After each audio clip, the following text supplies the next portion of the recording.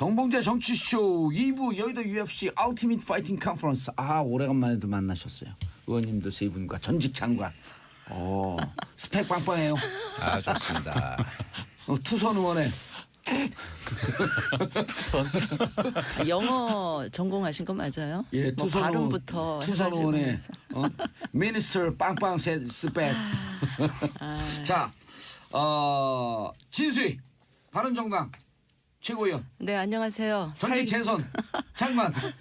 살기 위해 그냥 발버둥 치고 있는 바른정당의 전 최고위원 진수입니다. 전 네. 최고위원이 또? 네. 그럼 현직은 아무것도 없어요? 예. 잘못 부른 것 같은데. 네.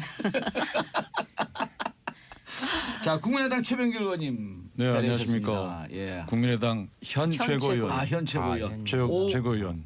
서울 송파을 국회의원. 예. 알겠습니다. 전직 뉴스 앵커. 뉴스 앵커. 그게 제일 좋아요. 예. 네. 자, 윤소아 정의당 의원님. 타이틀 없어요? 원내 수석 부대표 정의당 윤소아입니다. 6명 중에 2등이에요?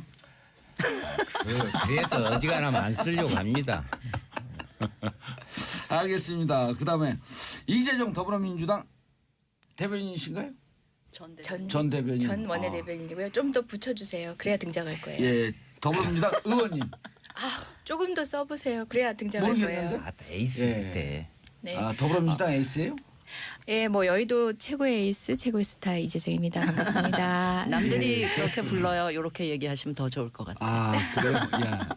자, 안진경님 스튜디오가 꽉 찼네요. 자, 샵 1035 짧은 문자 50원, 긴 문자 100원 문자 보내주시기 바라겠습니다. 자, 첫 번째 주제 예산안 처리 법정 시한. 지금 국회법은 어떻게 되어 있나요 이게?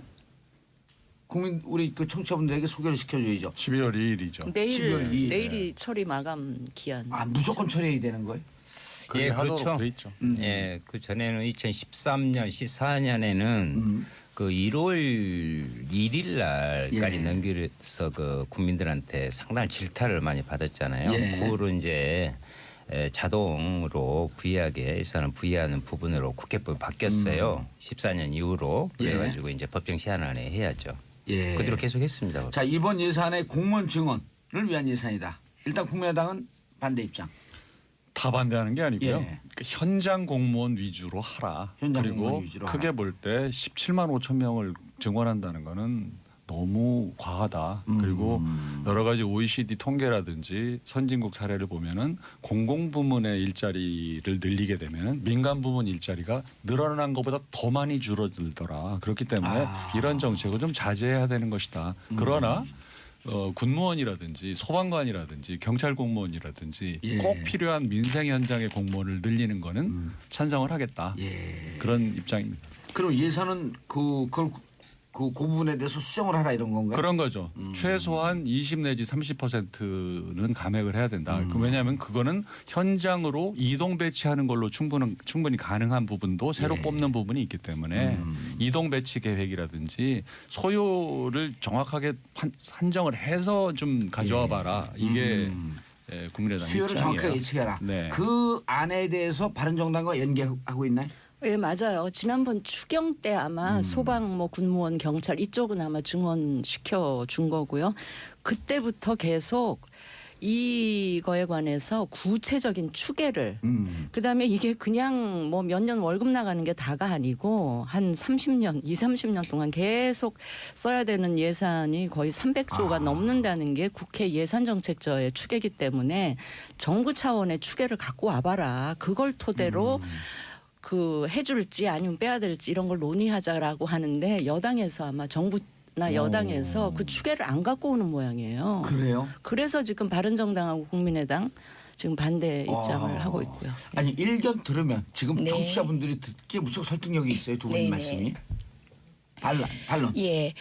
이번 예산 전반적으로 얘기하면 저희는 내 삶이 바뀌는 예산이라고 되어 있는데 공무원 증원도 다르지 않습니다. 막연하게 일자리 창출을 위해서 막연한 수치의 일자리를 늘린다 아니라 대국민 서비스를 확장하기 위해서 또는 최소한 법정화된 서비스를 제대로 할 수 있기 위한 최소 규모의 증원입니다. 지금 예. 추계 말씀하시는데요. 예산 전반을 관할하는 이제 정부의 입장에서는 응당 필요한 부분이고 저희 역시도 아마 이제 지금 요구하신 정도의 구체적이진 않지만 이제 조금 부족한 면은 없지 않아 보이지만 그럼에도 불구하고 법정화된 인력조차도 갖추지 못하고 있는 현장의 어려움을 급하게 채우는 정도의 인력입니다. 그것들은 여러 가지 요소를 판단해서 예산을 배치하겠지만 지금 현재로서는 최소한의 예산 배치를 통해서 최소한의 법정에 대한 그러니까 법정화를 지키는 준수하는 정도의 증언이고요. 이미 방금 최명길 의원님도 말씀하셨다시피 뭐 국당이라든지 자유한국당도 증언이 필요하다라고 얘기했던 그런 영역에 한정돼 있습니다. 그래서 단순히 공적 일자리를 늘려가지고 일자리에 대한 공약을 이행하려 한다가 아니라 예. 공공부문 서비스를 높이기 위한 것이다. 아하. 국민의 삶을 바꾸기 위한 최소한의 증언이다 자, 말씀드리겠습니다. 그런데 양당 지적이 그게 좀 추계가 너무 뭉뚱그려 있고 좀 추상적이어서 잘 따져보면 한 20-30% 정도는 좀 줄여도 될 것 같다라고 하는 주장이거든요. 그 부분에 대해서는 아니 그 국민의당 우리 최명길 의원님께서 말씀하신 부분에 혹시 청취자 여러분이 오해가 있으실까봐 그 17만 5천 명 그것은 5개년 그 계획으로 잡혀 있는 총 공무원 증원 수 목표고요. 그럼 연 지금 한 3만 명 지금 여기에 지금 올라 있는 것은 지금 12,200명 내년 예산 거의 한 5,300억 정도의 예산이 예. 소요됩니다. 그 부분에 대해서 지금 개수 조정을 계속하면서 국민의당하고 바른정당에서는 그 부분을 지금 줄여야 되는 거 아니냐 공무원. 그런데 이제 정의당의 입장에서는 어제 제가 마지막 호소를 했습니다마는 우리가 안전한 나라 만들자고 이야기를 했고요. 또 그러려면 필수적으로 또 그 소방 공무원이라든가 사회복지 전담 공무원 비율이 전 세계적으로 이렇게 낮은 데가 없거든요. 그리고 근로감독관 이러한 부분들을 하는 것은 또 한편으로 청년 일자리의 창출의 역할도 있는 거고 여기에서 꼭 한 가지 말씀드리고 싶은 것은 이것을 단순 추계를 하면 안 된다. 무슨 말씀이냐면 전체적으로 이렇게 안전한 부분에 공무원 역할을 해냈을 때 사회적 비용이 크게 절감된다는 거 이것을 우리는 간과해서는 안 된다. 그 추계는 그러니까 SOC 도로 놓을 때 이런 때는 뭐 엄청나게 물류 비용이 막 5배, 6배 절감된다고 이렇게 이야기하면서 이것을 하면 사회적 비용이 엄청나게 절감되는 것은 야당에서 아니 우리 빼고 야당입니다. 윤수아 의원님은 국정감사 한번 하고 오시더니 아주 그냥 내공이 일초였잖아요. 그리고 지금 그림자의 보기 등은 아주 깔끔한 브리핑이었어요. 감사합니다. 제가 하나만 더 첨언을 하고 싶은 게 그 현장 재배치에 대한 말씀을 하셔서 그런 방식으로 현장 재배치의 고민을 점검을 통해서 고민을 하고 난 뒤에는 또 소요 인력에 대한 계획이 달라질 수 있다라고 말씀하셨는데 그렇게 말씀하신 대표적인 사례가 또 소방이에요. 재난이 많이 나는 지역 위주로 현장 공무원을 많이 배치하고 이것은 재난이라는 것에 대한 기본적인 인식 자체가 저는 부족한 게 아닌가라는 생각을 합니다. 알겠습니다. 재난이라는 것은 재난의 발생 빈도로 유추어 앞으로도 그럴 것이다가 아니라 통상 예측되는 가능성 있는 재난에 대해서는 항상 상시적인 적정 인력의 공무원이 대기해야 된다는 점을 말씀드리고 싶네요. 알겠습니다. 추계가 조금 부족하더라도 추계가 이제 나왔다라고 하는 말씀. 그다음에 17만 5천 명이 아니고 이번에 아니 그 반영되는 말씀은 17만 이명박 저 문재인 정부가 출범하면서 문재인 정부 임기 5년 이내 17만 5천 명을 이번엔 계획을 얘기한 12,200명 거고요. 맞나요? 12,221명입니다. 명 아니었어요? 조금 더 디테일해요. 12,221명. 12명이 맞습니다. 더 세밀하게 말하면 12,221명이고 이제 12,200명. 12,221명 정부에서 오는 안이 그거예요. 정부에서 오는 안이. 이 중에서 이제 군무원 국방부 같은 경우는 3,954명인데 좋다. 좋습니다. 우정사업본부에서 1,004명. 집배원 늘려 좋다. 그런데 국민의당이나 바른정당이나 이건 뭐 자유한국당도 마찬가지지만 이걸 보다 보면요. 현장 재난 관련 임무지만 데스크 인력들이 있습니다. 안에서 내근하는 인력들.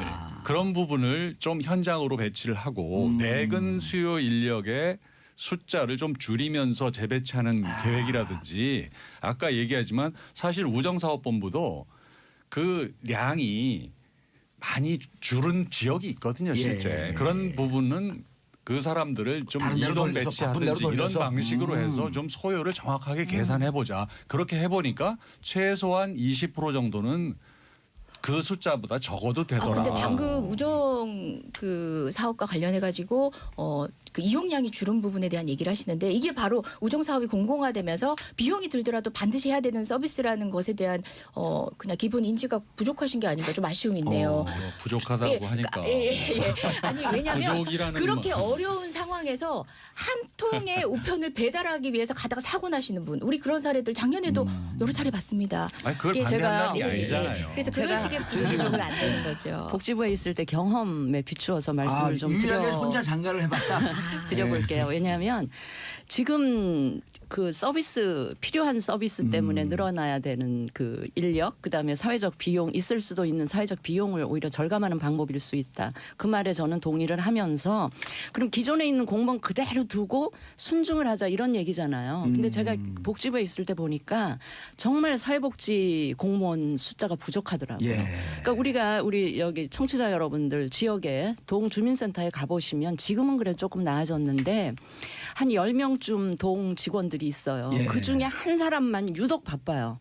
사회복지사에. 예, 사회복지 공무원 일하시는 분들은 주로 여자분들이 많으신데 화장실 갈 새도 없이 계속 몰려드는 민원인들 때문에 너무 그게 이제 우리나라가 복지 정책이 늘어나고 예산이 증대되면서 이 진짜 현장에서 복지 서비스를 해야 될 수요는 많은데 일손이 부족한 거예요.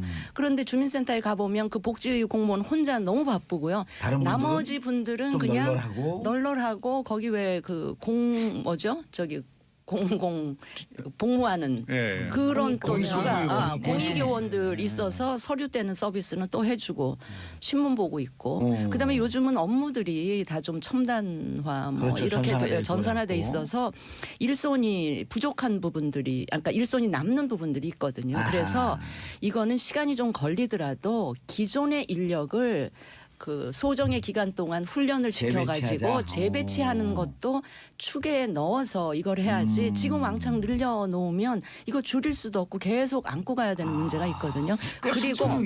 그리고 일반적으로 공무원 숫자는 규제인 거예요.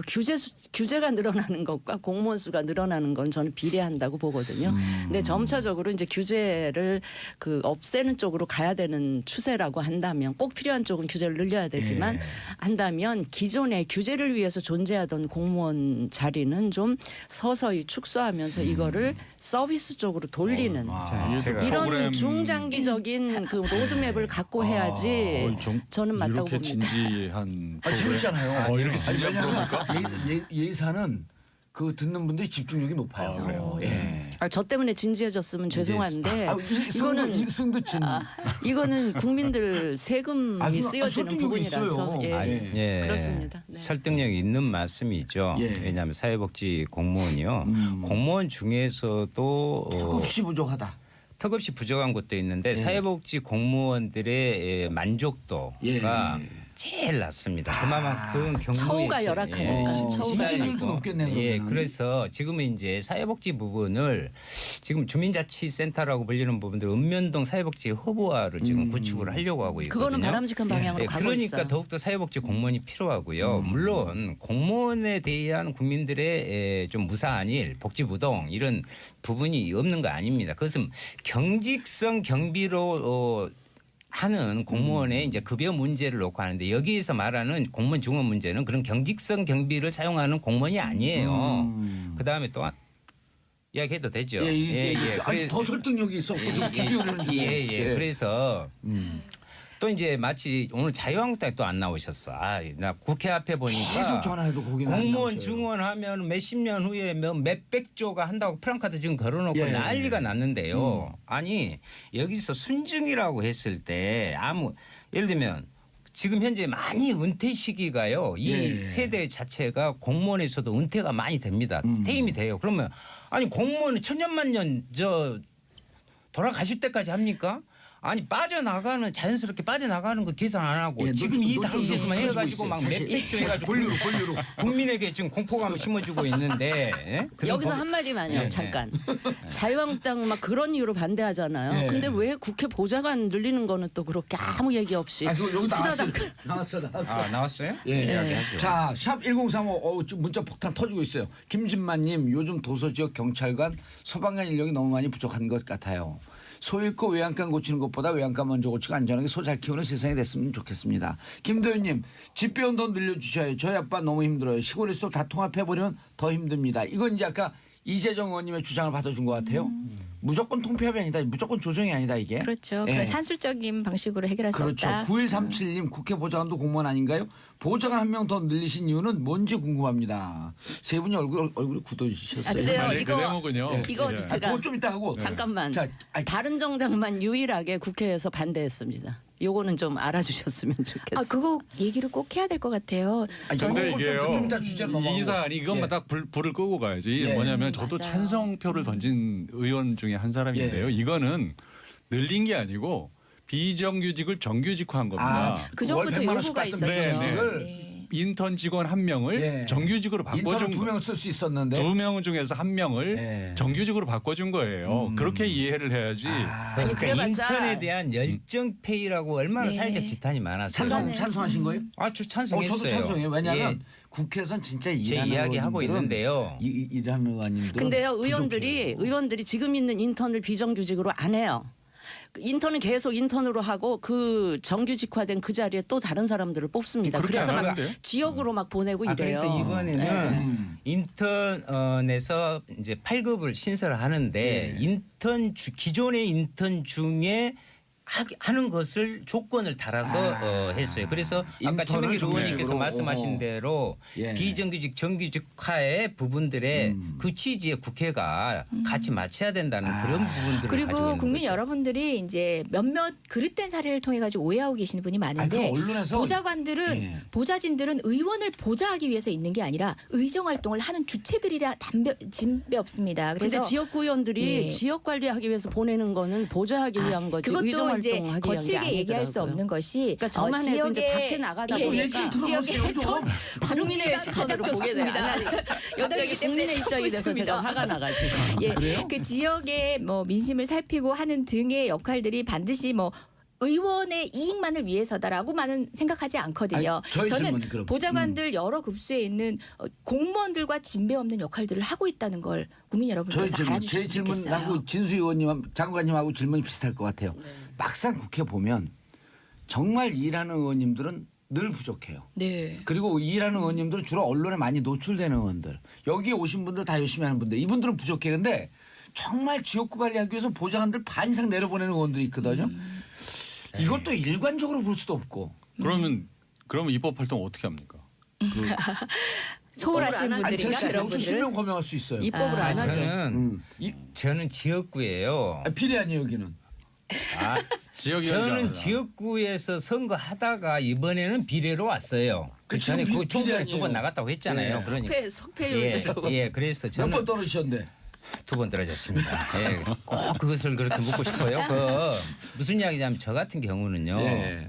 우리의 보좌관 부분에서 한 부분을 지역 보좌관으로 그것도 5급에 해당하는 보좌관으로 정확히 해서 왜냐하면 그 지역 삶의 현장에서 민생이나 이런 부분들이 곧 전국적인 문제가 될 수 예. 있는 거잖아요. 이것을 의원실과 연결해야 돼요. 예. 보통 국회의원들은 그 지역에 있어서 명함 하나 파주고 정식 등록되지도 않는 부분들을 정치적 행세하게 만들어주는 그로 인해 부작용이 많거든요. 제가 막 알겠습니다. 정리하듯이 예. 얘기할 수 있을 것 같아요. 알겠습니다. 이렇게 열심히 이제 원칙대로 하시는 의원님들도 계시고 몇몇 그렇지 않은 분들이 이런 오해를 불러일으키셨는데요. 국민 여러분들도 정치 혐오로 정치를 등지지 않으시려면은 사실 구체적으로 비판을 해주시면 국회가 정치가 개선이 된다고 그런데 생각합니다. 개인적으로 한 명 비정규직으로 정규직으로 전환시킨 거 이건 그 박수 보낼 만한 것 같은데요. 저도 처음엔 그렇게 생각을 했었는데 아, 제가 좀 어린 생각이다 이런 거예요? 아니에요. 워낙 이거는 증언이 아니다. 그런 차원에서 보면 그렇게 생각을 했는데 정작 그 대상이 되는 인턴들 별로 좋아하지를 않아요. 그래요? 예, 좋아하지를 않고 결국 오. 저도 이제 의원을 하다가 지금 한 특이하네. 5년째 박해에서 국민의 눈높이로 이 국회를 바라보다 보니까 지금 여기 다 의원님들이지만 의원님들 다 지금 같은 입장이세요. 예. 의정활동 더 하기 위해서는 필요하고 뭐 블라블라블라 이렇게 얘기를 하시는데 근데 국민들 그렇지 다수가 않다. 그거를 아. 안 믿어 주시기 때문에 이 부분은 그냥 좀 억울하고 다소 국민들께 야속한 부분이 있더라도 국민들로 하여금 알겠습니다. 하나하나 합리적으로 지적해 주세요. 이거는 그런 요구는 하면 그렇죠. 안 되는 알겠습니다. 거더라고요. 알겠습니다. 정치인 어쨌든 입장에서. 국민들은 이 부분에 그래도 대해서 설명을 그래서 해야죠. 들여다 네. 보실 수 사실 있도록 그대로 저희가 네. 설명이 네. 부족했나 그대로 봐요. 설명을 해요. 돌발 질문. 예. MB 대책회의는 참석하세요? 또 그 멤버 아니에요? 저는 멤버에서 잘렸나 봐. 안 여기 부르시더라고. 친 이재호지. 안 부르시더라고. 이재호는 뭐 그 돈 이런 거 특활비 받은 거 없겠죠? 저는 뭐 아시다시피 예. 이재호 의원한테서 정치를 배운 사람이라서 이재호 의원은 하여튼 돈에 그런 것 관해서는 같아요. 거의 예. 결벽증이 있을 정도로 알겠습니다. 그렇게 일단 관리를 대책회의는 철저히 참석 안 하신다. 하셨는데 네. 시청자들이 청취자들이 제일 궁금하거든요. 별로 안 그게. 궁금해요. 정봉주 아, 댓글 올라왔잖아요. 금방 지웠네 또. 자, 아까 예산으로 그래서 그 최민길 의원님 네. 지역에서 통폐합 그러니까 수치상으로 산술적으로 통폐합하다 보면 업무가 좀 과하게 많아진다 이런 지적도 있거든요. 이동도 의미가 있지만 그럴 예. 수도 있어요. 근데 예. 이제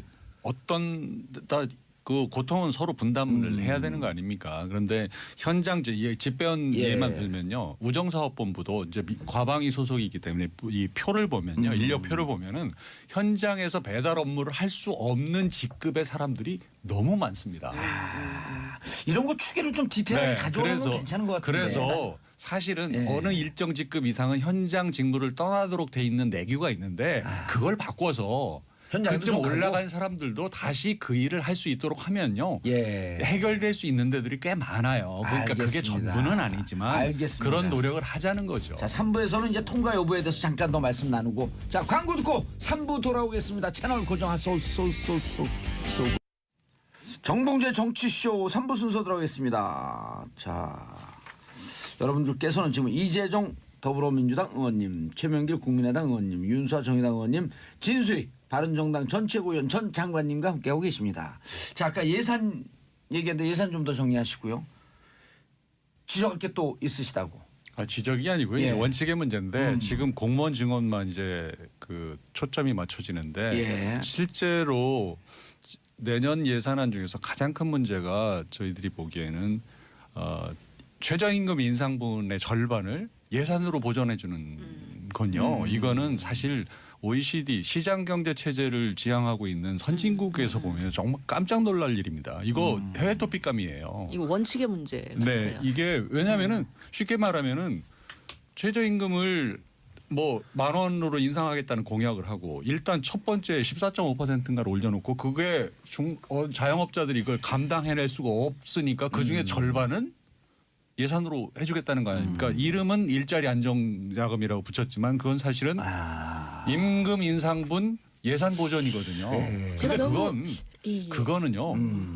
진짜 정말 예. 해선 안 됩니다. 그래서 아마 대안 없이 반대를 하는 게 그 아니고 바른정당도 예. 입장 예. 같을 것 예. 같은데. 그거는 아니 제 얘기 예. 듣고 디펜드 예. 하시면 그거는 궁금해서 한번 물어보려고. 최소한 아니, 아니. 임금을 올려주는 걸로 보전해 주면 아니, 안 그러니까 됩니다. 제가 아는 사회보험금이라든지 예. 그 업주가 부담해야 될 고용보험, 의료보험 이런 거를 지원해 주는 방식으로 하는 건 모르겠지만 예. 임금을 보전해 주는 건 안 된다. 그러니까 제가 네. 알고 있는 한 국가 예산 지침에도 민간 기업의 급여를 정부 예산으로 현금으로 지급해 주는 건 이거는 불법인 거예요. 방금 예산 말씀하신 지침에 그 어긋나는. 연금 뭐 국민보험 이런 것을 보전해 주는 거예요. 예, 그거는 그거는 뭐 예. 자, 그러면은 일단 두 분은 그러니까 최저임금 인상에는 찬성하신다는 거죠, 그죠? 인상률은 너무 과하죠. 높았어요. 하여튼 최저임금 인상위원회가 했지만 예. 14.5%인가 너무 한꺼번에 올린 건 과했어요. 너무 많아요. 한꺼번에. 과했다라는 거고 예. 그 이후에 이제 그 부분을 보상해 주는 것도 방식이죠. 방식이 반대다. 방식이 근데 지금 뭐 1년만 원 약속하셨다 이렇게 얘기하는데 더민주가 20년까지 1만 원이고 정의당도 20년까지 1만 원 올리겠다고 얘기했거든요. 근데 정작 자유당, 국민의당, 바른정당은요. 바른정당도 20년까지 1만 원이네요. 근데 지금 자유당 국민의당은 임기 내 1만 원까지 하셨어요. 그랬으면 아마 문재인 정부 인상률보다 더 높았을 거예요. 근데 우리 최명길 의원님 말씀하신 것처럼 이건 문재인 정부가 한 게 아니라 별도의 사회적 기구인 최저임금위원회에서 결정을 했고 일단 후속 대책이 필요한 상황은 우리가 인정을 해야 돼요. 후속 대책이 필요하다. 근데 방금 사회보장 보험료를 뭐 감해준 방식으로 하면 된다라고 하는데 그걸로 그 낙차를 다 보완해 줄 수 있다고 보십니까? 물론 되죠. 전부 전적으로 네. 다 가능하다고 아니 생각하십니까? 자영업자한테 물어보세요. 자영업자 저 직원을 고용하고 나면 그 사람을 고용했기 때문에 내는 4대 보험료가 얼마인지 그 그거 지침과 7% 예. 되고도 남거든요. 자, 지침 때문에 위배라고 하시고 원칙에 어긋난다고 하셨는데요. 그럼 여기 빼서 여기 괜다. 뭐 이런 느낌이 좀 들어요. 제가 보기에는 국민들도 아마 그런 느낌이 아니 들 것 그렇게 같아요. 하더라도 그래도 원칙에 원칙에 맞겠어요. 맞게 아니 해야죠. 지침을 얘기하셨는데 지침에 위배됐다고 해서 위법이라고 표현하는 거는 좀 과한 표현이시고요. 예, 국가 예산 최소한 지침을 이렇게 지켜야 예산을 예. 투자해서 예산을 투자해서 전부에 한 예가 없고 지금 예산을 투자하는 방식이 아닌 다른 방식을 구해야 된다라는 게 흡사 전제된 것처럼 이제 얘기가 흘러가는 것 같아서 제가 먼저 얘기를 하는데요. OECD 다른 국가 선진국 사례에서도 전례가 없는 게 아니라 전례가 있습니다. 예. 아니 예산으로 사기업의 임금을 예, 예. 보전해 준 네, 전례가 네. 어디에 있습니까? 아니요. 지금 현재 1인당 30인 미만이라든가 이런 부분이 1인당 13만 원에 해당하는 거 아닙니까? 이것을 보조 부분이 그래서 이제 3조 원이라는 부분인데 1인당 13원이 월인가요? 월? 월이 월. 13만 원인데 그 부분에 대해서 우리가 봤을 때는 대단히 제한적인 부분인데 긴급성을 요한단 말이죠. 왜냐하면 자영업자, 긴급성. 영세 자영업자나 이런 부분들이 대단히 이제 어려워지고 그런데 이것이 계속되면 예. 가처분 소득이 늘게 되잖아요. 자기 돈 그렇죠. 호주머니에 돈 예. 들어가면은 다시 나오죠. 다시 이제 이 부분들이 우리 영세 자영업자도 하다 삼겹살이라도 한 번 더 먹게 되고 그렇죠. 그러면은 사회적 반드시 소비로 경제가 도니까. 예. 그리고 여기에는 좀 약간 좀 착각하고 계신 게 지침 위반이라는 부분에 있는데 대해서. 사회보험료 경감의 부분까지도 다 지금 현재 준비 중에 있는 거예요. 예를 들면 그 대상자에서 우선 대상 부분에 건강보험료는 50%. 예. 그런 사회보험료의 부분에 있어 세액공제는 뭐 2년간을 뭐 50% 경감한다든가 예. 이런 부분이 같이 포함되어 있는 거예요. 알겠습니다. 예, 예. 자, 지침의 위반이긴 하지만 긴급성을 요한다? 어떻게 보시겠어요? 긴급성 이게 무슨 법률 용어 긴급 구제라는 그런 개념이 있는 건 맞지만요. 예. 긴급 구제는 그 제도적 그 보완을 이 바로 뒤따라온다는 걸 전제로 했을 때 긴급구제라고 하는 예. 게 인정이 되는 거지. 긴급구제라는 걸로 그냥 뭐든지 다 하면 안 되잖아요. 그렇죠. 그러니까 통째로 공영방송사 사장도 이번에 바꾸는 부분도 바꿀 수 있습니다. 그러니까 법적인 어떤 그 요건을 갖추지 못하고 탈법 행위를 했기 때문에. 그러나 그것은 바꾸는 걸 인정되기 위해서는 공영방송사 사장을 뽑는 어떤 제도를 개선하기로 한 입법을 뒤따라 한다는 걸 전제로 이 긴급 조치가 인정되는 긴급 것처럼 구제가. 예. 알겠습니다. 아 근데 저는 이해가 안 되는 게 예. 진수입니다. 예. 이해가 안 되는 라디오에 게 특화된 예. 스피커예요. 최저임금위원회 참여 주체들이 노사 정 공익 다 참여하고 있잖아요. 그 중에 정부나 공익이나 뭐 사 쪽에서도 참여를 했으니까 예. 이걸 이 정도 인상을 하면 이 그 자영업자나 영세한 업주들이 감당해내기가 힘들다 이런 걸 몰랐을까요? 난 충분히 나는 의견 수렴도 하고 해서 그분들이 그 입장을 대변해서 최저임금위원회에서 결정을 했었어야 되는데 그 과정이 생략됐다는 거예요. 저는 그 부분이 이해가 안 돼서 지금 정부에서 여당이나 자꾸 최저임금위원회에서 그렇게 올렸다 이렇게 떠넘기는 건 저는 유체이탈 화법. 알겠습니다. 그 충분히 말씀 나누신 것 같고 그럼 내일 통과 여부가 조금 오늘 계속 지금 그 협상 조정 중인가요? 여당에 달려 있는 것 같아요. 여당이 야당이- 조금 양보하고 야당의 그 요구를 아니 우리 박근혜 정부 때 약속 지키라고 막 싸우지 않았습니까? 공약 하나도 안 지켜가지고 그렇게 국회에 싸웠는데 지금 약속 지키겠다고 얘기하고 거기에 정적으로 신뢰를 보여준 국민에게 보답해드리겠다고 얘기하는데 지금 반대를 하시면 분명히 더 서운하실 반대의 것 논점이 같아요. 같은 반대로 반대 논점이 자유한국당은 좀 더 틀리시죠? 그러니까 자유한국당 국민의당이 아니 그러니까 자유한국당이 자유한국당이 안 나왔으니까. 뭐 솔직히 말해서 자유한국당이 예산 관련해서 어떤 주장을 하고 있는지 잘 모릅니다. 잘 다만 이제 모르고. 지금 국민의당은 네. 바른정당과는 예. 정식 공조가 되어 있다. 공조돼 있고 저는 저희 당의 그 방침과 또 예. 제 생각을 얘기하고 있는 거예요. 그런데 크게 다르지 않을 것이고 제가 생각하기엔 내일 되느냐? 전망이. 저는 어려울 별로 것 가능성이 없어요. 아니 저는 왜냐하면은, 예결특위 한 예. 사람으로서 예. 제가 예결특위 의원입니다. 여러 감투가 있어요. 수석 부대표, 예. 예결특위. 국감 끝나면 우리 저 의원실 예. 보좌는 조금 쉬고 그래야 되는데요. 예결특위 준비 때문에 계속 쉬지 못. 작년에는 국정조사위 때문에 그랬고요. 예. 그런데 무슨 말씀이냐면 그럼 될 거냐 말 거냐 내일. 예. 근데 오늘 지금 아침까지 해서는 그러니까 이건 저는 국회에도 문제가 있다고 봅니다. 왜냐하면 예결특위 전체에서 공식적인 분과를 통해서 세밀하게 이 부분의 예산을 검토하고 대안을 내놔야 되는데 예. 또 기술조정 소위라고 있어요. 이게 깜깜이가 돼요. 그럼 거기에서는 자기들 그 민원 예산. 같은 예결특위는 저도 잘 지금 어떻게 돌아가고 있는지 이렇게 뭐를 이 부분 근데 이 소소위라고 하거든요. 소소위가 이 법적인 근거가 없는 거예요. 임의로 그렇게 근데 이제 소소위가 다 해요. 사실. 그래서 기술조정 소위 얘기하는 거죠. 소위도 아니고 소소위. 각당 간사만 참여하는. 그래서 거기에서 일정 지금 틀을 만들었는데 이제 뭘 하고 있냐면 2+2+2라고 해가지고 원내 대표와 정치적 합의 지금 협의를 지금 계속 오늘 오전까지 또 하고 있어요. 그래서 그것을 이제 또 안 할 수도 없는 거 아니에요? 전체적으로 봐가지고 오늘 오후에 다시 협의를 들어가고 그것이 되면 올릴 것이고 그렇지 않으면 또 난 그런 식의 의사결정 방식도 난 적폐 같아요. 아니 햇빛 좀 그렇게 하시지 그러면은. 아니 해본 경험으로 아니, 말씀하시는 나는 거예요. 우리 저 이재정 의원님께도 서운하지만 말씀드릴 게 자꾸 박근혜 정부가 뭐 그때도 그랬지 않느냐 이렇게 하는 거는 저는 안 그런 맞다고 말씀 안 봐요. 드렸나요? 아니 약간 그런 뉘앙스로 들렸다. 그러니까 이 정부는 좀 새로워야 된다 그러잖아요. 그러니까 모든 분들이 그렇게 얘기하시더라고요. 이 자유한국당 정부에는 좀 달라야 된다. 당신들은 우리하고 달라야 되지 않느냐. 우리처럼 하지 마라.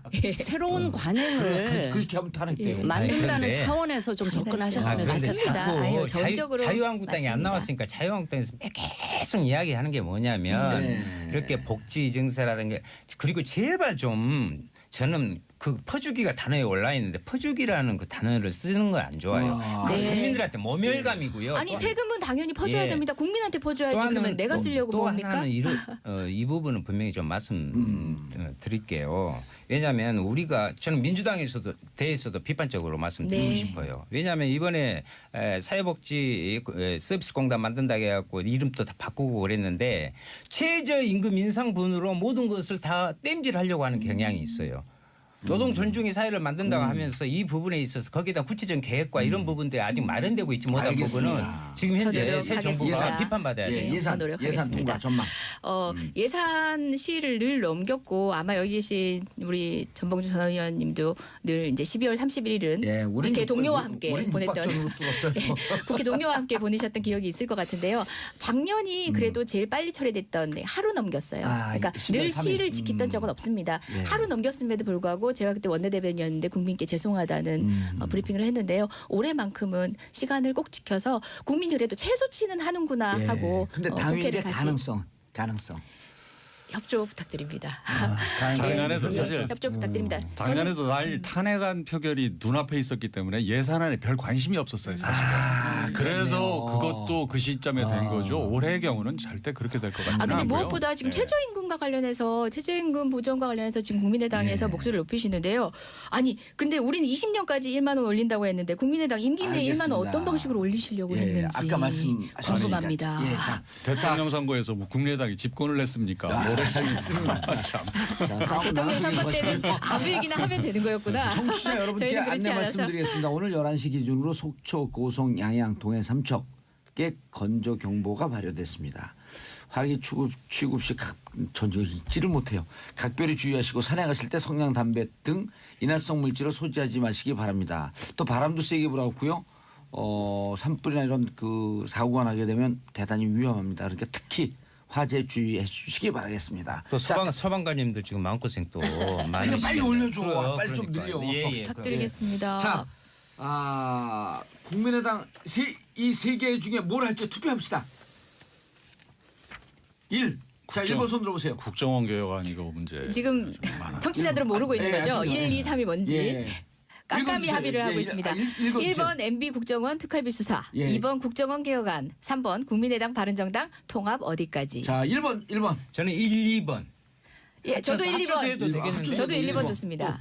최명길 의원님. 저는 2, 1번. 2, 1번. 국민의당 바른정당 재미없어요? 난 2, 3번. 2, 3번. 그 소수 의견으로 그 다음 시간 다음 주 다시 한번 불러주시고. 예. 자, MB 국정원의 특활비 수사. MB 국정원이라고 하는 것을 반대한다 그러셨죠 아까? 원세훈 국정원이다. 그러니까 저는 뭐 이거는 정확하게 수사를 해봐야 알겠지만 예. 원세훈 원장 개인의 이 일탈 이게 엄청 심했던 것 같다는 생각이 들어요. 예. 이건 제 느낌이고 제 생각입니다만 뭐 수사는 정확하게 해봐야 되겠죠. 예. 개인의 일탈이다.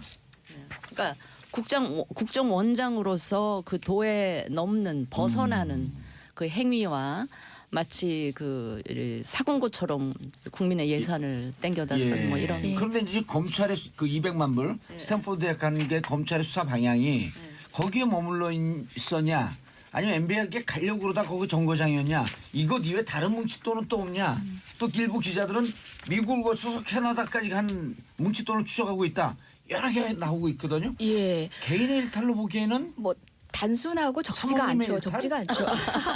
예, 단순히 뭐 일가족에 의한 일탈이라고 보기에는 규모가 작지도 않고요. 예. 무엇보다 지금 기관이 적극적으로 관여가 됩니다. 지금 미 스탠포드 대학에 송금하는 것도 국가안보전략원을 그래요? 거쳐서 갑니다.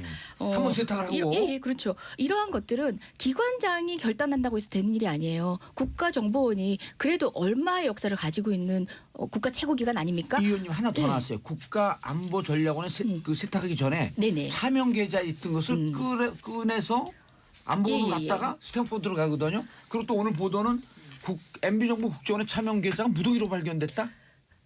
게다가 예, 그렇죠. 진수 의원님 지금 떨고 있어요. 민간이 댓글 아니고요. 수사 과정에서 개인 비리인지 어떤지는 모르죠. 네. 그거는 이제 뭐 언론 취재든 특히 검찰 수사를 통해서 정확하게 밝혀지겠지만 예. 뭐 이게 유독 예. 원세훈 국정원에서만 이런 일이 있었던 걸로 이렇게 보이지 않습니까? 예. 그런데 예. 우리 한번 돌아가서 보면요. 이 국정원의 안에 그 서류 서랍과 캐비넷과 서버가 그 개혁위원회라고 하는 민간인들이 가서 다 들춰본 경우는 국정원이 생긴 게 지금 56년 됐거든요. 아니, 그것도 또 처음입니다. 다른 논점이신 것 제 같고요. 말씀 한번 예. 들어보세요. 그게 논점이 다른 얘기예요. 예전에 김대중 정부가 사실 뭐 처음으로 이제 정권 교체가 됐던 거 아닙니까? 예. 그 당시에. 그래서 이종찬 국정원장이 사실은 안기부로 이제 국가정보원으로 바꾸는 개혁을 하면서 이분은 그래도 대대적인 개혁을 했지만 이분이 국정원 안기부 출신이었기 때문에 어떻게 해야 되는지를 좀 알아서. 서훈 원장도 안기부 출신 아니에요? 네. 그런데 이번의 경우는 좀 그런 측면이 있고. 이건 좀 그래서 저열적인 물타기 발언인 것 같은데 지금 저 보세요. 11분밖에 안 예. 남았는데 지금 나온 나온 원세훈 것들이 전 원장 특활비 유용과 관련해서도 첨예하게 얘기 나눌 게 너무 많거든요. 아니, 그 최근에 그거는 네. 팩트를 좀 확인을 해보면 네네. 그 개혁위에서 네. 리스트를 주면 네. 요 서버에 접근할 수 있는 국정원 직원 2명만 들어가서 확인하고 그 자료를 가지고 나온다. 그래서 개혁위는 그것도 또 불만이거든요. 우리가 모르는 상태에서 뭘 가지고 나오는지 모르는데. 그런데 그거- 특활비라는 게 자, 이게 각 예산에 그 부처에 숨겨놓은 것 치면 거의 1조 가까이 된다는 거고 국정원이 예. 신청한 것만 대략 5천억 아닙니까? 예. 그런데 실제 이게 왜 문제가 되냐면요. 국정원장 특활비라고 하는 게 왜 왜 박근혜 대통령이 국정원장 특활비를 가져오라고 했느냐. 아하. 자기도 있고 국정원 특활비가 있는데. 5천억이 있는데 예. 왜 원장 특활비를 아하. 가져오라고 했느냐가 예. 중요한 거거든요. 예. 그게 차이가 있습니다. 왜 가져오라고 원장 특활비만 유일하게 용처를 쓰지 않아요. 남기질 않습니다. 그냥 원장 지출이라는 말만 쓰면 돼요. 그건 연 얼마쯤 되나요? 그게 40억입니다. 연 45. 그게 다 그래서 그 돈을 갖다 쓴 거거든요. 네. 그런데 중요한 거는 이현수라는 분이 그 기록은 남아 있지 않지만 그 당시 메모해놓은 원장으로부터 기억은 나. 누구한테 준 돈이다라고 다 메모가 돼 네, 있구나. 말한 걸 들은 걸 자기가 메모를 해놓은 걸 검찰에서 얘기를 한 겁니다. 오. 그래서 나온 거예요. 근데 그것뿐만 특활비뿐만 자, 이제 아니라 원세훈 공사 거로 가요. 그 원세훈이 그 펜트하우스로 리모델링 하는데 아내가 관여를 했잖아요. 아내가 그렇죠. 공사 과정에 관여를 했는데 그 10억 원 같은 경우는 특수활동비로 우선 지급한 다음에 나중에 해외 공작비로 회계 처리를 합니다. 아, 근데 지금 조직이 원세훈은 국가적 다른 게 관여가 나왔으니까 있어요. 예. 지금 박근혜 정부 시절에는 국정원장의 특활비 40억이 문제가 됐는데 지금 원세훈 원장 시절에는 국내에서 잘 파악되지 않고 있는 해외 공작금을 썼단 말이에요. 참 이상한 사람인 거죠. 자기가 외국인인 아니 그러니까 그 안보전략연구원 빌딩에 무슨 펜트하우스에 무슨 10억 리모델링비를 들여서 했다. 이거를 그래서 무슨 야단 좀 취직을 했어요. 그걸 알았으면 가만히 있었겠습니까? 이거를 무슨 실세가 아니었었네. MB랑 연결해서 MB가 그걸 지시를 했겠어요. 뭘 어떻게 했겠어요? 그걸 알았으면 가만히 뒀겠습니까? 개인의 탈로 가는. 아니 그래서 평소 저는 많이 이제 듣던 변명이라. 규모를 봐가면서 이게 개인의 일탈인지 뭔가 큰 손이 연결돼 있는지를 봐야 되겠지만 지금 드러난 요거까지만 봐서는 원세훈이라는 사람이 대단히 이상한 스탠포드는 사람. 아직 잘 몰라요? 그럼 스탠포드 마지막에 잘 MB한테 모르겠어. 이렇게 가진 않았을까? 아니 그 20억 가고 이 사람 퇴임 후에 거기 무슨 교환 교수 뭐 이런 걸로 가서 아니, 아니, 뿐만 아니라 네. 주택 구입 자금도 추가로 85만 불. 예. 빼돌렸을 수 아니요. 있다는 지금 의혹도 받고 있거든요. 하도 많아가지고 뭐 이건 뭐 원세훈이고 누구고 뭐 사방이 줄줄이 걸려가지고요. 하도 많은데 이것은 정확하게 잘 모르시죠? 하나하나 살피는 게 나는 별 의미가 없다. 그래서 국정원 개혁을 해야 된다는 거예요. 아니 남은 시간 거기에 좀 얘기를 예, 했었어요. 예, 국정원 국정 있어요. 개혁안. 18년 만에 넘어갑니다. 지금 이름을 바꾸자는 것인데 그때마다 뭐였냐면 예를 들면 뭐 그때 중앙정보부 네. 그리고 또 안기부 예. 다시 뭐 정보원 또 이번에 또 옮기잖아요. 이것은 이때마다 그 뭐가 문제 정치 공작 독재 정권 안에서의 뭐 사찰이나 이런 문제 또 이것도 마찬가지예요. 댓글 문제부터 해가지고 그렇기 때문에 다시 바꾸고 기능을 정확히 축소하고 예. 자기 전문화하고 경찰로 검경수사 부분까지 수사권 분리 부분에 있어서 경찰에 넘기자 이런 부분이잖아요. 여기에서 반대를 이렇게 해요. 그러면 간첩이라는 단어를 별로 그렇게 좋아하지 않는데 간첩은 누가 잡나 자유한국당에서 그런 이야기 하고 있는데 여기서 한 가지 말씀드릴게요. 실제로 그동안에요. 공안 사건의 부분에 있어서 그 부분을 적발한 부분들은 71%가 경찰에서 다 했어요. 25%를 국정원이 했어요. 25% 국정원이 한 그 내용을 보면 전부 고문 조작 부분에 대다수 상당한 많은 부분을 차지하고 있거든요. 그래서 이 부분을 국정원을 완전히 개혁해야 알겠습니다. 여기 펜트하우스고 뭐 먼 하우스고 이게 다 예, 개혁하죠. 예, 개혁. 윤수아 의원님께서 뭐 조금씩 언급하시긴 했는데 제가 조금 개혁안. 정리를 해드릴게요. 예. 국정원이 국회 정보위에 제출한 개혁안에 따르면 우선 명칭부터 말씀하셨듯이 달라집니다. 대외안보정보원으로 예정돼 있고요. 그다음에 대공수사권 등 모든 수사 기능을 폐지하거나 아니면 다른 기관으로 이관하도록 했고 정보 수집 범위를 두리뭉술하게 해놨던 걸 구체화합니다. 뭐 국외 북한 정보, 대테러, 국제범죄, 방위산업 침해 그리고 또 우리 경제안보 중요하잖아요. 그런 부분에 한정을 해놨습니다. 그간 이제 무분별하게 이루어진 공작을 반복하지 않기 위해서 한 조치고요. 그리고 불법적인 정보 수집 활동에 대해서 단호한 처벌 조항, 무거운 처벌 조항을 두었습니다. 뭐 아까도 이제 윤수아 의원님도 언급하셨다시피 간첩 누가 잡느냐라고 얘기했지만 수사권 없는 거에 대해서 얘기를 많이 하는데 민주국가에서 정보기관이 수사권을 갖는 경우가 없습니다. 예, 우리나라 같은 경우는 그것을 분단국가 상황에서 조금 활용을 해왔는데요. 그 수사권을 정작 간첩 잡는 데 활용한 게 아니라 다른 방식으로 국민을 통제하는 데 활용을 해왔던 거죠. 그 특수성 뒤에 숨어가지고 그릇된 목적으로 하는 바람에 국가 안보가 더 무너졌습니다. 국정원 근데, 개혁안은 국가 안보를 위한 개혁안입니다. 알겠습니다. 개혁안을 쫙 잘 나왔다. 예. 잘 나왔다. 어제 아름다운 개혁안을 발표를 했는데 제가 오늘 아침에도 지적을 했지만 예. 그 발표 자체가 목적이 아니고 개혁을 하는 게 목표여야 되지 그렇죠, 않습니까? 그렇죠. 예. 발표 자체는 아름답게 했어요. 근데 그걸 이룰 수 있느냐를 놓고 우리 한번 보자는 겁니다. 저는 그 신고리 오리코기 공사중단 공론화위원회를 보는 것 같은 느낌을 받았어요. 왜냐하면은 이게 될 일을 얘기하고 있는 건가? 자 보세요. 현실적으로 지금 국회 정보위원장이 누굽니까? 또 이거 하고 나면 법사위를 통과해야 되는데 법사위원장은 또 누구예요?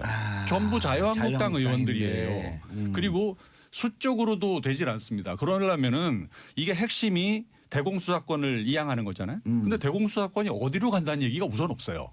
그냥 대공수사권을 넘긴다는 것만 있고 그 정도의 사안을 하려면요. 최소한 국민들을 상대로 대공수사권을 어떤 이유로 무엇 때문에 넘겨야 하는지에 대해서 충분히 이해될 수 있도록 공론화가 좀 있었어야겠다. 했어야 되는 겁니다. 이미 이런 공론화가 네. 무르익었어요. 네. 여러 가지 사건의 악용 사례에서 봤듯이 대공수사가 네. 국민을 통제하는데 그래서 어떻게 활용돼 왔는지 다 이건요, 봤죠. 제가 명단 짧은 명단 예. 하나 불러드릴게요. 김형욱 아시죠? 예. 김재규 아시죠? 전두환 아시죠? 장세동, 권영애, 신건, 김만복 이런 사람들이 한 게 국정원 안기부입니다. 예. 이거는 문제는 어디에 있느냐? 권력이 자기의 통치 장치로 국정원을 국정원을 쓰기 썼다. 때문에 예. 모든 일이 벌어지는 거거든요. 우선 그걸 놔줘야 됩니다. 그걸 놓으면은 모든 일이 해결돼요. 그걸 놓는 장치 시스템을 좀 만들자는 거예요. 좀 만들자는 건데 최소한 대공수사권 문제는 이렇게 딱 던져놓으면요 일이 되지를 않아요. 진수 의원님. 그래서 저는- 자유한국당에서 극렬하게 반대하잖아요. 아니 네. 저는 이런 생각이 들어요. 이게 빈대 혹시 우리가 지금 국정원을 개혁하겠다고 하는 게 빈대 잡으려고 그러다가 초과상관을 다 태우는 그 우를 범하지는 수준 높은 않을까. 비유예요. 그다음에 이름도 저는 국가정보원 굉장히 괜찮아요. 이거를 지난 과거 정권에서 버려놔서 그렇지 나는 예. 국정원 이름도 굳이 바꿀 필요가 있을까 하는 생각이 들고요. 이 정부가 정말 과거 정부처럼 국정원을 자기 정적 사찰하는 이런 조직으로 막 사조직처럼 활용한다던가 이 국정원의 예산을 마치 자기 사공고처럼 활용한다던가 이런 거를 안 하게 하면 되는 못하게 할 수 게 있는 시스템. 이 정부가 네. 정말 대통령부터 이 그 권력의 핵심에 계신 분들이 정말 우리는 이 정부는 이렇게 안 하겠다라는 진정성이 있다면 의지가 확고하다면 굳이 막 이렇게 바꾸지 않아도 그렇게 나는 하시면 되지 않나 이런 생각이 그건 들어요. 우리 점잖으시고 합리적인 아니, 근데 진수희 어느 장관이 상황에서 한번 그거는 저는 중요해요. 이 정부가 그걸 보여주시면 아니요. 근데 만약 이전에 내가 나이반지도 모르겠습니다만 이전에 이 시스템 갖고 온갖 농단이 가능했기 때문에 그렇죠. 시스템 바꾸자 이런 거 아니에요? 그 취재는 동의하실 거 아니에요? 아니 근데 이 정부가 촛불의 바탕 위에서 생겨난 정부라고 네. 하면서 정말 그 위에 몇 분들이 나는 이렇게 안 하겠다라는 그 의지와 확고한 걸 가지고 가면 그 큰 걸 바꾸지 않고도 예. 한번 해보면 정부에 대해서 국민들이 더 박수 치지 근데 않을까. 제도라는 것은 늘 선의의 군자들만 그렇죠. 상정하는 게 네. 아닙니다. 좀 악의적인 악용의 가능성, 악용의 남용의 가능성이 가능성 있으니까. 정말 희박하더라도 그 가능성까지도 통제할 수 있어야 그게 시스템이거든요. 아니 지금 시스템적 보세요. 개혁이 필요하다고 박 말씀드리는 정부의 겁니다. 국정원의 문제가 다 박근혜 대통령으로 향하고 있잖아요. 지금 원세훈 원장 얘기가 나오지만 다 지금 모든 국민들이 이렇게 MB로 이렇게 쳐다보고 있는 이 상황이잖아요. 기대가 많이 돼요. 그러면 이 정부에서 문재인 대통령만 그게 확고하다면 저는 그런 일이 발생할 소지가 굉장히 개연성이 줄어들 거고 한번 보여주시면 좋겠어 그렇게. 자, 논 좀 이제 정확해졌어요. 대통령 개인의 의지다 아니면 시스템 바꿔야 된다.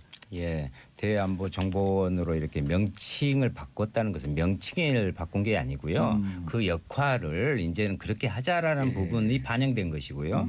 저는 이렇게 생각을 합니다. 여기에서 단순히 회초리를 아무리 해도 안 된다. 구조를 바꿨는데 국민의당에서 뭐 회초리 그 그림을 이렇게 그냥 그거 한번 회초리가 아니라 그건 몽둥이 뛰다 이렇게 보니까 그래서 그거 하다가는 진짜 이거 폭력이 될 수 있어요. 없어요. 논 좀. 그래서 회초리 때려가지고 될 문제가 예. 아니다. 국정원 부분은 예. 그래서 그럼 완전히 구조적으로 구조를 개혁하고 바꾸자. 대공 수사권 부분도 나 경찰 옮겨가면서 형법으로 처리 가능한 부분들을 할 수 있으니까 충분히 그런 것은 할 수 있다. 그래서 예. 국민의당처럼 이렇게 회초리만 해갖고 이야기가 갑자기 뭐 회초리로 튀어.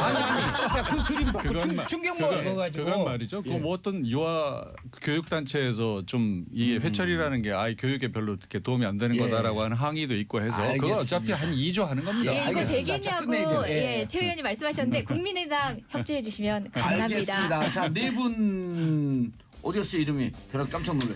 자, 네 분 인사하시고요. 예. 네, 감사합니다. 좋은 주말 감사합니다. 되세요. 고맙습니다. 자, 벌써 주말. 국민의당 최명길 의원님, 이재정 의원님, 진수희 전 장관님, 윤수아 의원님 감사합니다. 네, 저는 감사합니다. 광고 사부에 돌아오겠습니다. 채널 고정하소서. 예. 그렇습니다. 네. 설득력이 있는 말씀이죠. 예. 왜냐하면 사회복지 공무원이요. 공무원 중에서도 턱없이 부족하다. 턱없이 부족한 것도 있는데 사회복지 공무원들의 만족도가 예.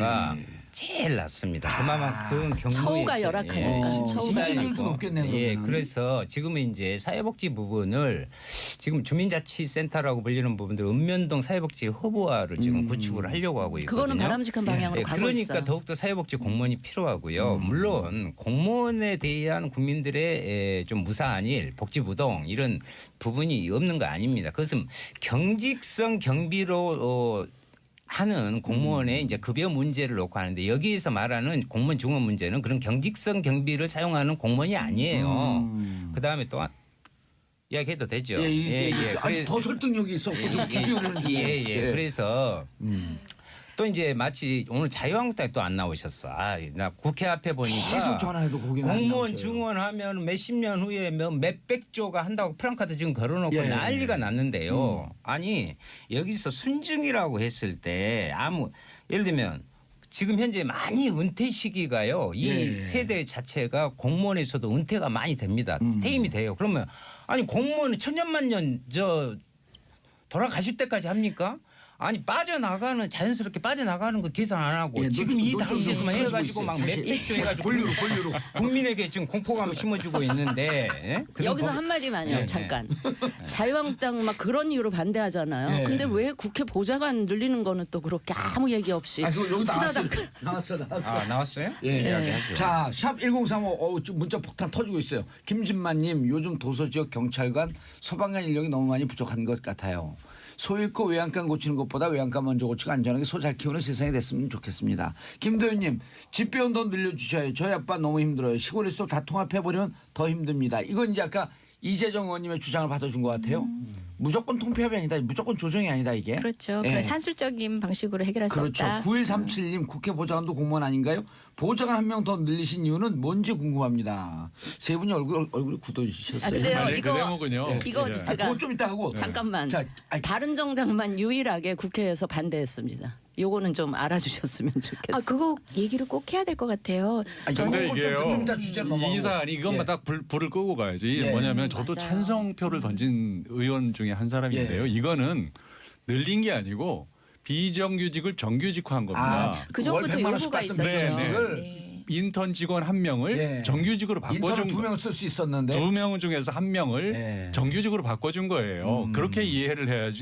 그러니까 그래봤자- 인턴에 대한 열정 페이라고 얼마나 네. 사회적 지탄이 많았어요. 찬성하신 거예요? 저 찬성했어요. 저도 찬성해요. 왜냐하면 예, 국회에선 진짜 제 일하는 이야기 하고 의원들은 있는데요. 일하는 의원님들. 근데요, 의원들이 지금 있는 인턴을 비정규직으로 안 해요. 인턴은 계속 인턴으로 하고 그 정규직화된 그 자리에 또 다른 사람들을 뽑습니다. 그렇게 그래서 안 막 하는데요? 지역 그런 부분은 그 사람들을 좀 다른 데로 이동 돌려서, 바쁜 데로 배치하든지 이런 돌려서. 방식으로 해서 좀 소요를 정확하게 계산해보자. 그렇게 해보니까 최소한 20% 정도는 그 숫자보다 적어도 되더라. 근데 방금 우정 그 사업과 관련해 가지고 그 이용량이 줄은 부분에 대한 얘기를 하시는데 이게 바로 우정 사업이 공공화되면서 비용이 들더라도 반드시 해야 되는 서비스라는 것에 대한 그냥 기본 인지가 부족하신 게 아닌가 좀 아쉬움이 있네요. 부족하다고 하니까. 아니 왜냐하면 부족이라는 그렇게 어려운 상황에서 한 통의 우편을 배달하기 위해서 가다가 사고 나시는 분, 우리 그런 사례들 작년에도 여러 차례 봤습니다. 아니 그걸 이게 반대한다는 게 제가- 아니잖아요. 그래서 그런 제가- 식의 구조조정은 안 되는 거죠. 복지부에 있을 때 경험에 비추어서 말씀을 좀 유일하게 혼자 장가를 해봤다. 드려볼게요. 왜냐하면 지금 그 서비스 필요한 서비스 때문에 늘어나야 되는 그 인력 그다음에 사회적 비용 있을 수도 있는 사회적 비용을 오히려 절감하는 방법일 수 있다. 그 말에 저는 동의를 하면서 그럼 기존에 있는 공무원 그대로 두고 순증을 하자 이런 얘기잖아요. 근데 제가 복지부에 있을 때 보니까 정말 사회복지 공무원 숫자가 부족하더라고요. 예. 그러니까 우리 여기 청취자 여러분들 지역에 동주민센터에 가보시면 지금은 그래도 조금 나아졌는데 한 10명쯤 동 직원들이 있어요. 예. 그중에 한 사람만 유독 바빠요.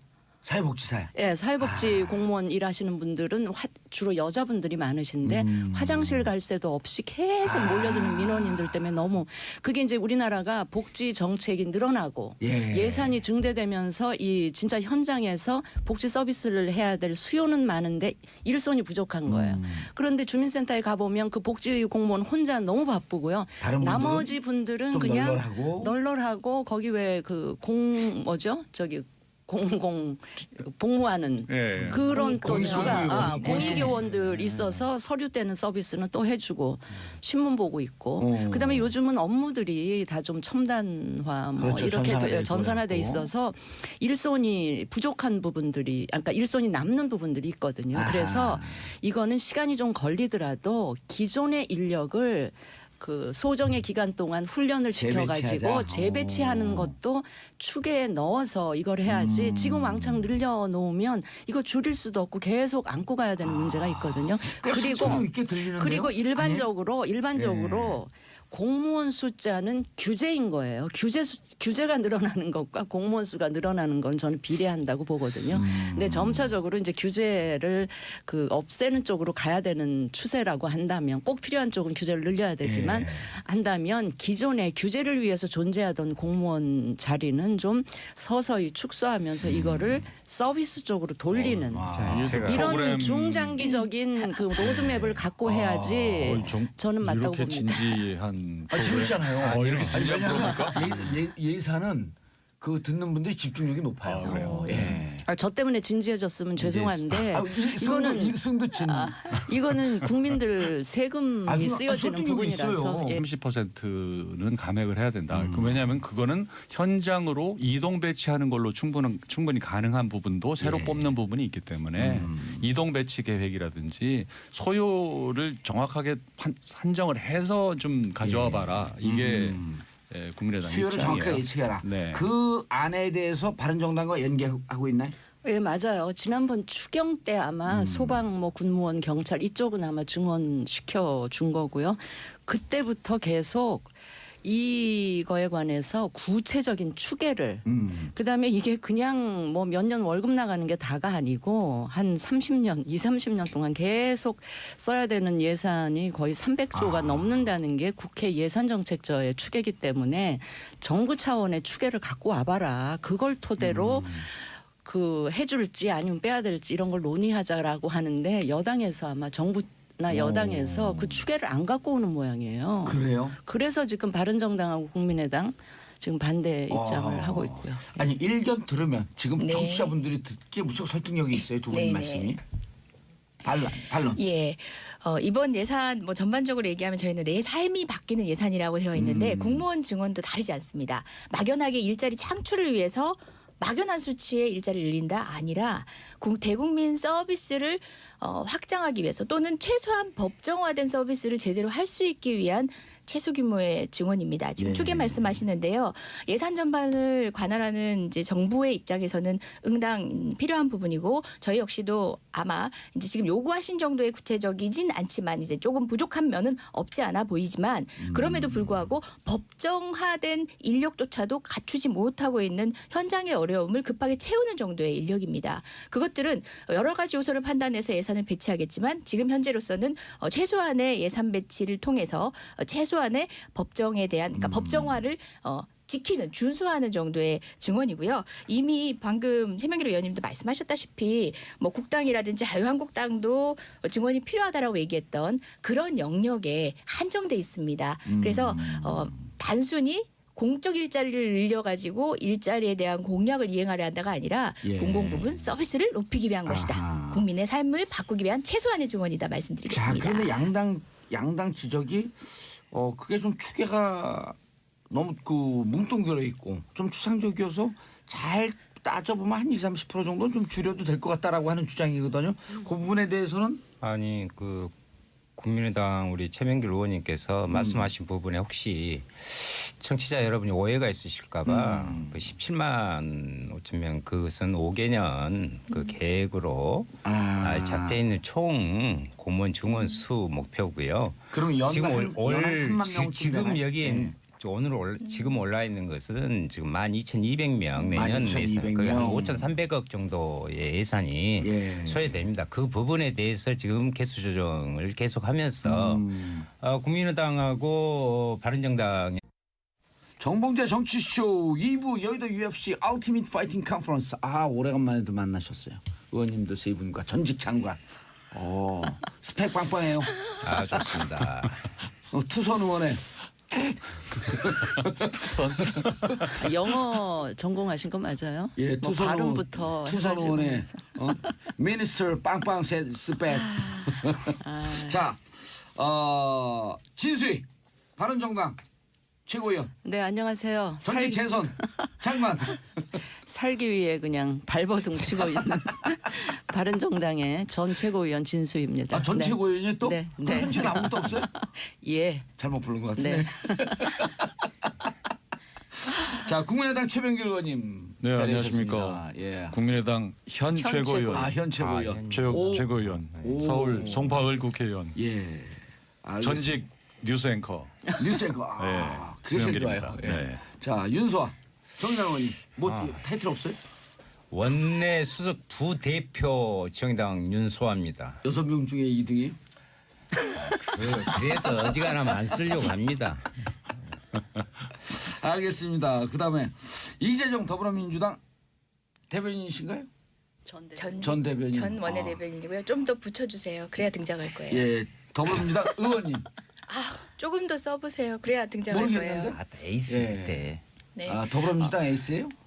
예, 뭐 여의도 최고의 에이스, 최고의 스타 이재정입니다. 반갑습니다. 남들이 그렇게 불러요. 이렇게 얘기하시면 더 좋을 것 같아요. 아, 그래요? 야.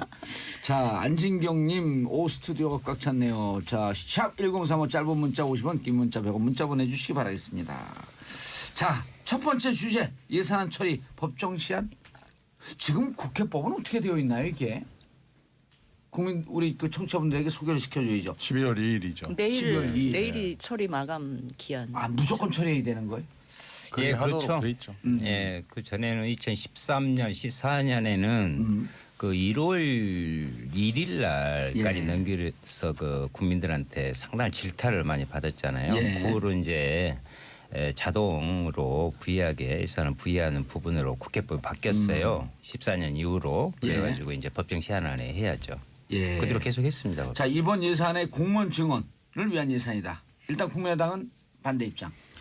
다 반대하는 게 아니고요. 예. 그 현장 공무원 위주로 하라. 현장 그리고 공무원 위주로 크게 하라. 볼 때 17만 5천 명을 증원한다는 거는 너무 과하다. 그리고 여러 가지 OECD 통계라든지 선진국 사례를 보면은 공공부문의 일자리를 늘리게 되면 민간 부문 일자리가 늘어난 것보다 더 많이 줄어들더라. 그렇기 때문에 이런 정책을 좀 자제해야 되는 것이다. 그러나 군무원이라든지 소방관이라든지 경찰 공무원이라든지 예. 꼭 필요한 민생 현장의 공무원을 늘리는 거는 찬성을 하겠다. 예. 그런 입장입니다.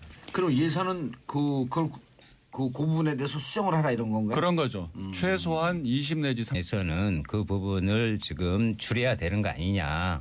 공무원.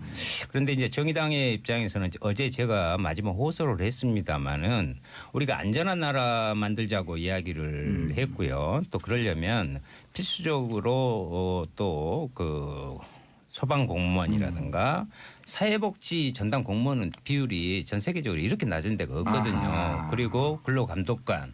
예. 이러한 부분들을 하는 것은 또 한편으로 청년 일자리의 창출의 역할도 있는 거고 예. 여기에서 꼭 한 가지 말씀드리고 싶은 것은 이것을 단순 추계를 하면 안 된다. 어허. 무슨 말씀이냐면 전체적으로 이렇게 안전한 부분에 공무원 역할을 해냈을 때 예. 사회적 비용이 크게 절감된다는 거 이것을 우리를 간과해서는 안 된다. 그 축에는 그러니까 SOC 도로 놓을 때 이런 때는 뭐 엄청나게 물류 비용이 막 5배, 6배 절감된다고 이렇게 이야기하면서 이것을 하면 사회적 비용이 엄청나게 절감되는 것은 야당에서 아니 우리 그 빼고 야당입니다. 윤수아 의원님은 국정감사 한번 하고 오시더니 아주 그냥 내공이 일초였잖아요. 그리고 지금 근자의 보기 드문 아주 깔끔한 브리핑이었어요. 감사합니다.